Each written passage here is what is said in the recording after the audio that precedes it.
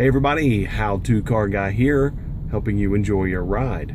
Right now I am in a 2006 Toyota Prius, and I am going to be bringing you some videos about how this vehicle works, how some of the interior features work, how the regenerative braking system works. I hope you'll stick around and learn some new things about the 2006 model Toyota Prius.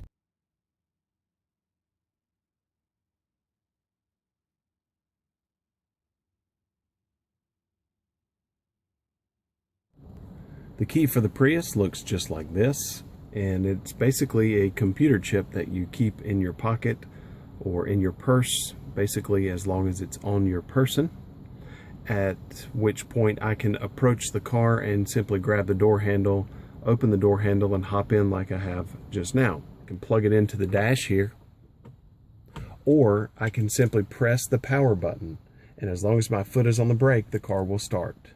I do not have to put this into the dash in order to start the car. But for this purpose, I'm going to do that. Then I'm going to press the power button and the car fires right up. Now, I can, at this point, shift it into gear, and you can see the little display here. It says B, D, N, R. B is for braking, engine braking, essentially. That's like gearing the car down if you're going down a big hill. D is for drive, and it's just regular drive mode. N is neutral. R is for reverse. If I'm ready to go, I can take this, shift it to the left and down, and then let it go. Now you heard a series of beeps. That's because the car, I didn't have my foot on the brake. So I can just go here and lift it up, and now the car's ready to go. Or I can go left and R, and now it's ready for reverse. Or I can, after I'm finished driving, I can push park, and that engages the park brake, or engages it in the park gear mode. And then at which point I do have to engage the emergency brake, and I just press that down with my left foot.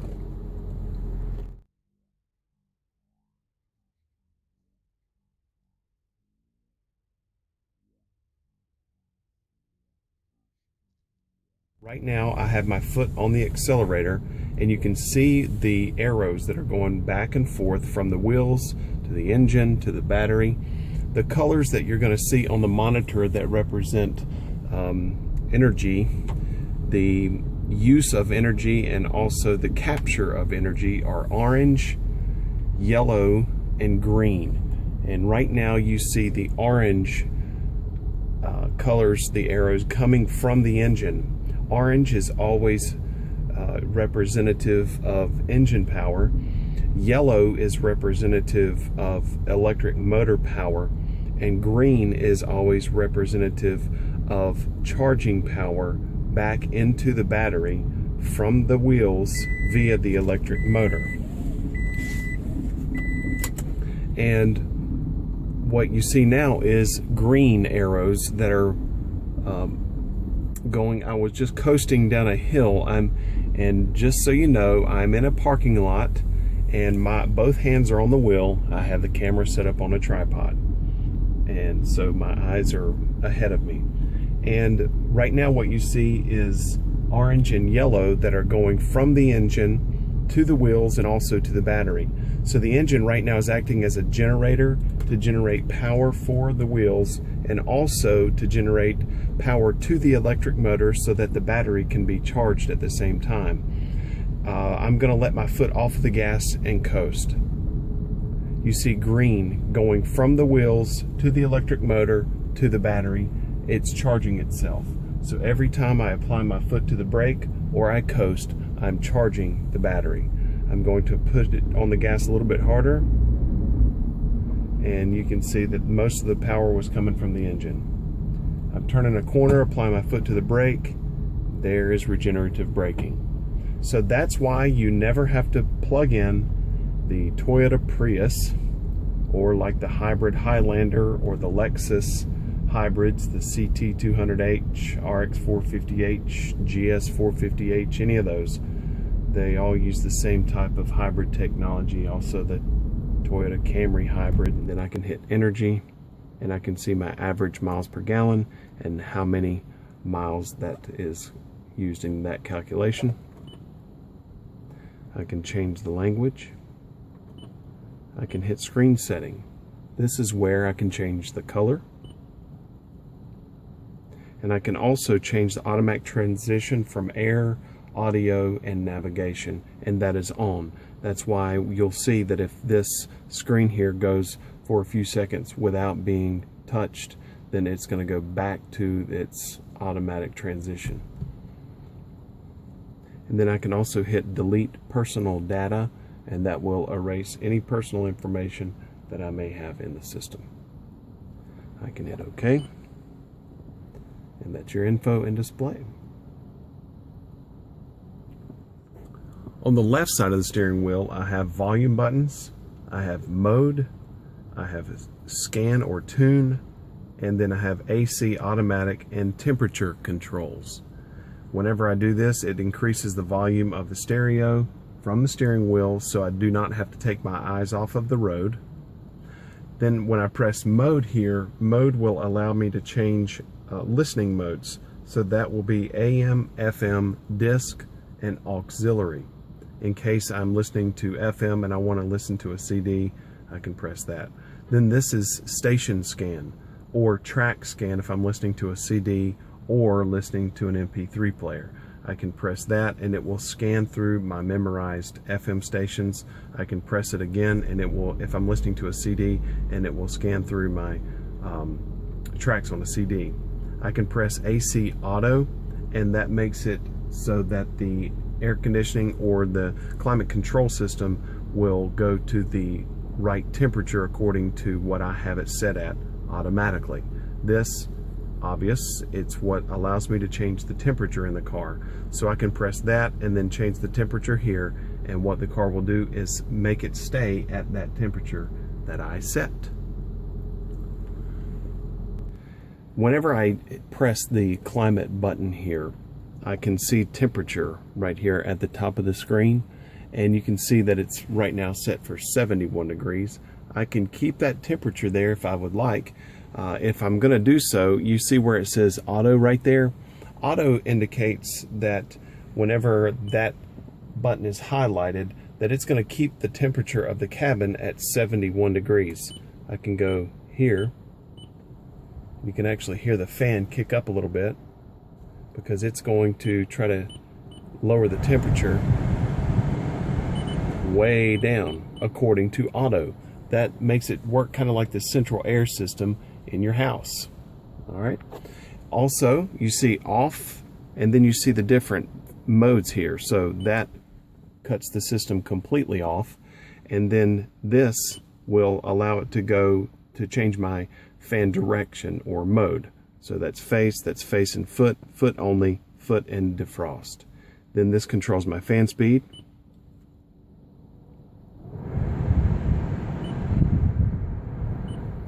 This cuts air conditioning on and off.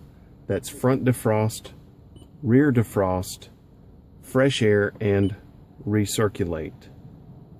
Back to auto. And then you see the outside temperature display here up in the top right corner.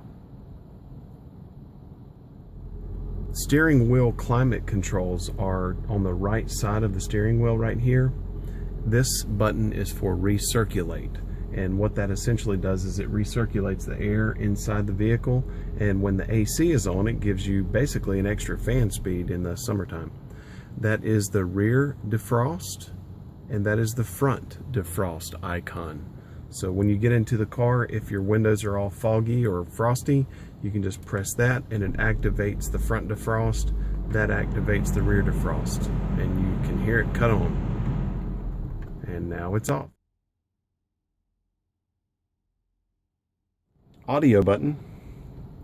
You can see audio is off right now. Power switch right here.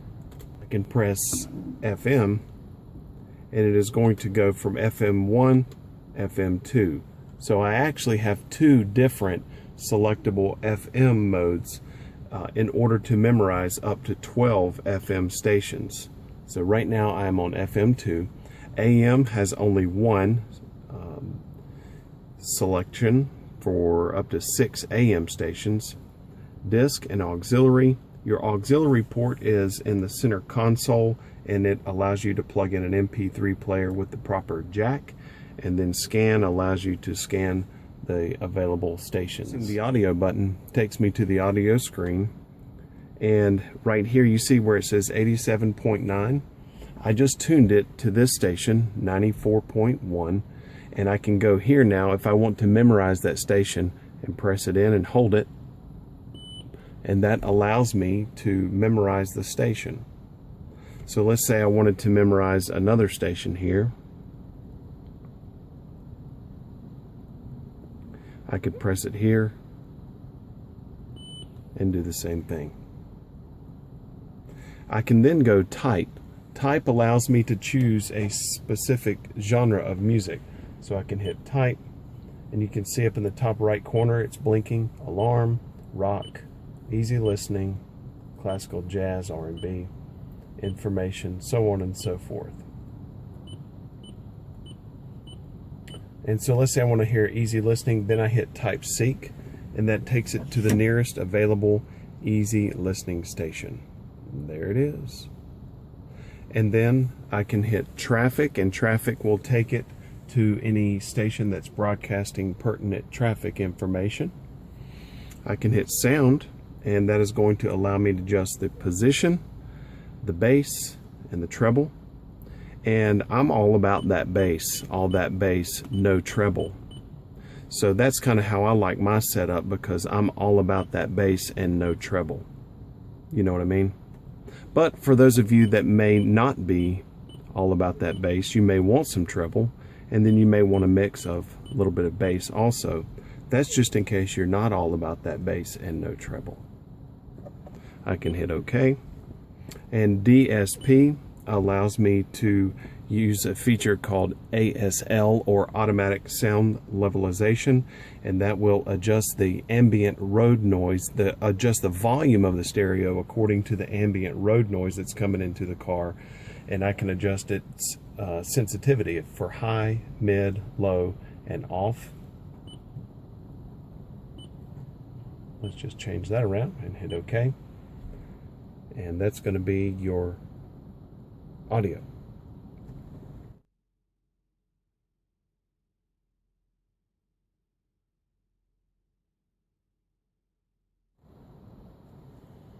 Hitting the display button allows me to go to contrast and brightness, and I can change those around to however I wish, and I can hit OK. I can also hit display again and cut the screen off if I don't want to see it.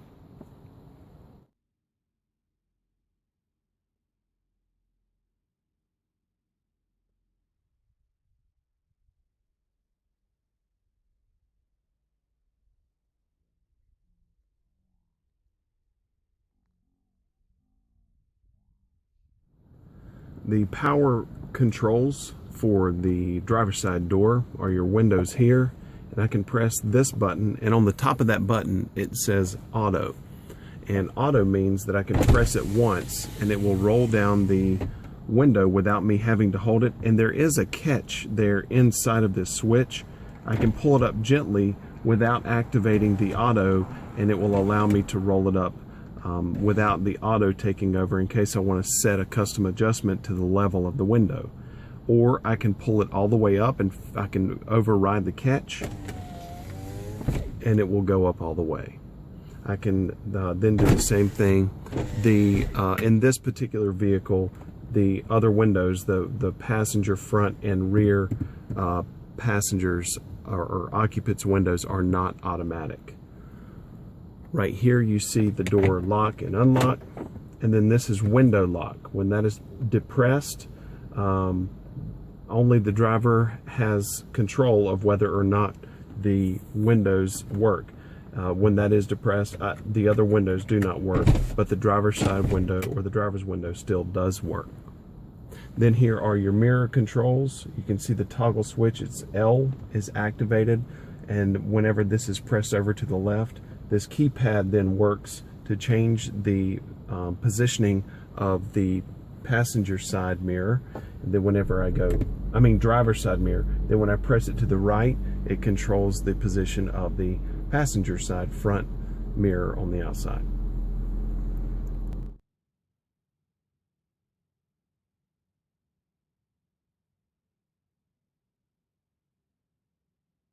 I'm right now backing into the parking space behind me, and I want to line up the white line on the left side of the screen. I'm going to tuck it safely into the corner here, always checking the surroundings for safety.